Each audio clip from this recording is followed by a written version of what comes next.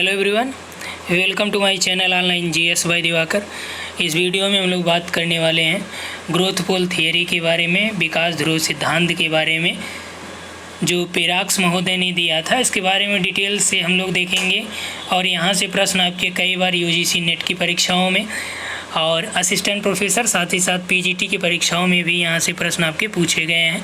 तो सभी यहाँ पे जो पूरा हम लोग डिटेल देखेंगे, इसका एग्ज़ाम पॉइंट ऑफ व्यू से ही डिटेल देखेंगे और जो भी यहाँ पे आपके लिए महत्वपूर्ण है वही हमने इंक्लूड किया है। बहुत ज़्यादा यहाँ पे कहानी नहीं इंक्लूड किया गया है, इसलिए आप इस वीडियो को लास्ट तक देखिएगा, अपने मित्रों तक शेयर करना मत भूलिएगा। यदि चैनल पे पहली बार आ रहे हैं तो चैनल को सब्सक्राइब करके बेल आइकन को क्लिक कर लीजिए ताकि आगामी जो भी वीडियोस हैं उसका नोटिफिकेशन अपने आप आपको मिल जाए। स्टार्ट करते हैं यहाँ से। हम लोग पिराक्स के बारे में जानते हैं और पिराक्स ने क्या कहा विकास ध्रुव सिद्धांत के बारे में। इन्होंने ये माना कि इस सिद्धांत के अनुसार विकास सब जगह एक साथ नहीं हो सकता। विकास यानी डेवलपमेंट। देखिए अब यहाँ पे बात आती है ग्रोथ और डेवलपमेंट में क्या अंतर होता है।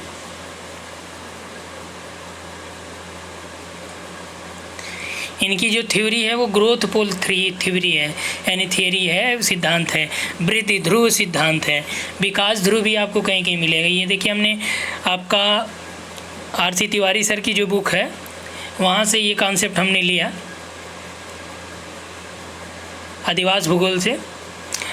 तो ग्रोथ और डेवलपमेंट में अंतर होता है। जहाँ पे आपका ग्रोथ केवल क्वांटिटी को दिखाता है, वहीं आपका डेवलपमेंट दोनों एस्पेक्ट्स को दिखाता है, क्वांटिटी और क्वालिटी दोनों। यानी किसी का शरीर यदि खूब बढ़ रहा हो या मान लीजिए लंबाई बढ़ रही हो कुछ भी, लेकिन उसका दिमाग जो है नहीं बढ़ रहा हो, तो आप उसे कहेंगे कि यार तुम्हारा तो ये केवल शरीर ही ग्रोथ कर रहा है। या मान लीजिए आप किसी पेड़ पौधों की बात करें तो वहाँ पे भी यूज कर सकते हैं वर्ड। लेकिन यदि मान लीजिए कोई अपनी उम्र के साथ जैसे जैसे वो बड़ा हो रहा है उसके दिमाग का एक्सपेंशन भी उसी तरह से हो रहा है, यानी कि उसके शारीरिक वृद्धि के साथ साथ मानसिक वृद्धि हो रहा है, तो आप उसको डेवलपमेंट के अंतर्गत शामिल करेंगे। ठीक, सिंपल सा ये डिफरेंस है। पिराक्स का मानना ये था कि जो भी डेवलपमेंट हुआ है वो सब जगह पे एक समान नहीं हो सकता या एक साथ नहीं होता है। विकास ध्रुव किसी समांगी क्षेत्र में उत्क्रांत भार होते हैं जहाँ से केंद्रापसारी बल का उद्गम होता है। यानी कि जो सेंटर पोल होते हैं जो डेवलपमेंट के, वो क्या होते हैं, समांगी क्षेत्र वाले होते हैं। और यहाँ पे आपका केंद्रापसारी यानी केंद्र की तरफ फैलने वाले,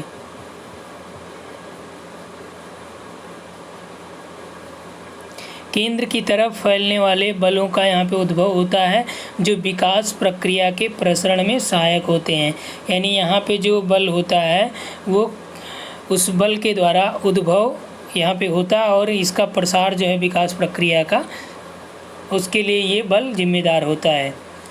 प्रत्येक विकास ध्रुव आकर्षण और विकर्षण के केंद्र होते हैं। सही बात है कि यहाँ पे कोई भी विकास ध्रुव यदि होगा, ग्रोथ पोल होगा, तो कुछ चीज़ों को लेके वो आकर्षण का केंद्र बना रहेगा, लेकिन कुछ चीज़ों को लेके वो विकर्षण करेगा, प्रतिकर्षण करेगा। पिराक्स का यह विकास ध्रुव का संबंध आर्थिक पर्यावेश से जुड़ा है। देखिए मोस्ट इम्पॉर्टेंट है, पूछा गया प्रश्न है कि पिराक्स का ग्रोथ पोल थियरी किस पे डिपेंड है, तो आपका आर्थिक पर्यावेश यानी कि इकोनॉमिक स्पेस से ये रिलेटेड है। पिराक्स का विचार है कि किसी स्थान पर एक बड़े उद्योग की स्थापना से ऐसे केंद्रक का निर्माण होता है जिसके आसपास विभिन्न सहायक उद्योगों की स्थापना हो जाती है। समझ में आई बात कि पिराक्स ये मानते हैं कि मान लीजिए कोई एक बड़ा उद्योग लगा दिया जाए कहीं पे, ठीक, बड़ा उद्योग लगा दिया जाए तो इस उद्योग की वजह से यहाँ पे उद्योगों का संकेंद्रण आपको देखने को मिलेगा। छोटे छोटे उद्योग की और स्थापना यहाँ पे आपको देखने को मिलेगी। अब क्यों देखने को मिलेगी, जैसे मान लीजिए बड़ा उद्योग कोई है, अब उस उद्योग के लिए कच्चे माल या कुछ चीज़ें ज़रूरी तो है नहीं कि जो बड़ा उद्योग है वो सब कुछ अकेले ही बना रहा है। कुछ पार्ट्स हो सकता है कि मान लीजिए वो ऑटोमोबाइल सेक्टर का उद्योग है या आपका सूती वस्त्र उद्योग है, तो इन सभी के लिए कुछ चीज़ें जो एक्स्ट्रा की ज़रूरत पड़ेगी, कुछ पार्ट्स की ऑटोमोबाइल का, ज़रूरी नहीं कि सभी पार्ट ये बनाए, कुछ पार्ट आपके जो बाहर से मंगाएगा तो हो सकता है कि उस इंडस्ट्री का मालिक देखे जो दूसरा जो पार्ट वहाँ से मंगा रहा है दूर से, वो ये सोचेगा कि यार हम दूर से जो ये मंगा रहा है तो हम क्यों नहीं यहाँ पे एक इंडस्ट्री स्थापित कर दें, क्योंकि इसकी बड़ी इंडस्ट्री है। तो यहाँ से जो सामान हम बनाएंगे, यानी जिसको इसको ज़रूरत है जिस सामान की, बड़ी इंडस्ट्री वाले को, तो ये मंगाएगा ही हमारे यहाँ से। तो जाहिर सी बात है कि यहाँ पे हमारे उद्योग को फ़ायदा होगा। साथ ही साथ यहाँ पे ये भी फ़ायदा होता है कि जो परिवहन सुविधाएं होती हैं यहाँ पे, उसका भी लाभ इनको मिल पाता है जो छोटे उद्योग हैं। कैसे परिवहन सुविधाओं का, मान लीजिए एक बार कोई ट्रक कोयला या जो भी चीज़ें ले आ रहा है, इनके लिए ले आ रहा है, तो जहाँ से ये मंगा रहे हैं ये भी वहाँ से इनसे बात करके कॉन्ट्रैक्ट करके कि भाई आप यहाँ से इतना मंगा रहे हैं तो साथ में 2 ट्रक हमारा भी बोल दो, हम आपको यहाँ से पैसे दे देंगे। ठीक, तो इसलिए कहीं पे भी बड़ा उद्योग होता है तो उसके सहायक उद्योग की बात कर रहा है। तो जो सहायक उद्योग हैं, वो सहायक इंडस्ट्री हैं, उसकी स्थापना वहाँ पे हो जाती है, संकेंद्रण हो जाता है। पेराक्स के विकास ध्रुव में स्थानीय उपागम का समावेश कर पेराक्स के विकास ध्रुव में स्थानीय उपागम का समावेश कर भौगोलिक दिशा देने का श्रेय बोर्डविले महोदय को जाता है। ये देखिए आपका यूजीसी में प्रश्न पूछा गया था कि पेराक्स के विकास ध्रुव सिद्धांत में मॉडिफिकेशन किसने किया था, या स्थानिक उपागम किसने किया था, समावेश किसने किया था, बोर्डविले महोदय ने किया था पेराक्स के विकास ध्रुव सिद्धांत में, जिसमें किसी भौगोलिक पर्यावेश में विकास ध्रुव की मानव क्रियाओं का संचय केंद्र माना। तो इन्होंने माना कि जो भी यहाँ पे ज्योग्राफिकल स्पेस है उसमें जो ग्रोथ पोल को इन्होंने मानव क्रियाओं का संचय केंद्र माना। डार्विन ने विकास ध्रुव के स्थान पर विकास केंद्र शब्द दिया था। ग्रोथ सेंटर की बात किसने की थी, डार्विन ने की थी। प्रकार्यात्मक प्रवेश और भौगोलिक पर्यावेश यानी कि ज्योग्राफिकल स्पेस के भ्रम को दूर करने के लिए डार्विन ने ग्रोथ पोल की जगह ग्रोथ सेंटर बताया। भारत में विकास केंद्र की संकल्पना आर.पी. मिश्रा महोदय ने दिया। इन्होंने 3 केंद्र बताए भारत में। आर.पी. मिश्रा ने भारत में 3 केंद्रों की बात की कि एक यहाँ पे सेवा केंद्र, दूसरा उत्प्रेरक केंद्र जिसे विकास केंद्र कहा जाता है, तीसरा सामाजिक रूपांतरण केंद्र देखने को मिलेगा। क्रिस्टालर ने सेवा केंद्र की पहचान के लिए टेलीफोन सेवा का उपयोग किया। वर्तमान में अन्य आधारों पर सेवा केंद्र की पहचान की जा सकती है।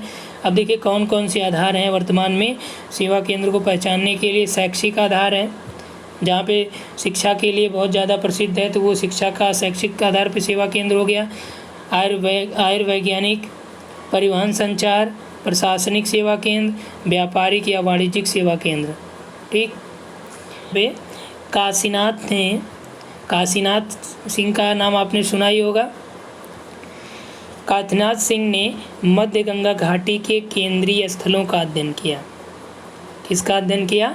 मध्य गंगा घाटी के केंद्रीय स्थलों का अध्ययन इन्होंने किया।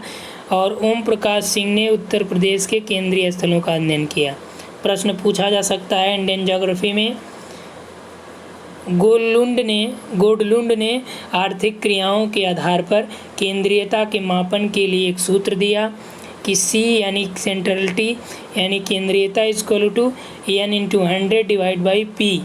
P इन्होंने माना कि पॉपुलेशन, N माना कि नंबर ऑफ पर्सन और C है इंडेक्स ऑफ सेंट्रलिटी, केंद्रीयता का सूचकांक, यानी number of person divide by population, कुल पॉपुलेशन की बात कर रहा है, इसमें 100 का मल्टीप्लाई करके।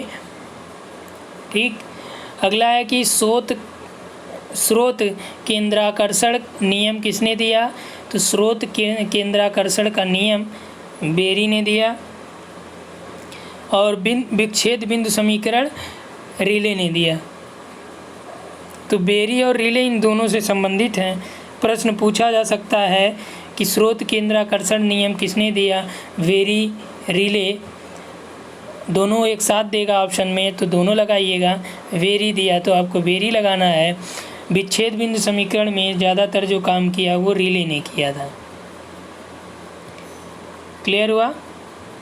रिले रैली भी कहीं कहीं मिल जाएगा। ठीक, तो इस वीडियो में इतना ही देखेंगे हम लोग। उम्मीद है आप सभी को पसंद आया होगा। इस वीडियो को लाइक करिए, शेयर और सब्सक्राइब करना मत भूलिएगा। Thanks for watching.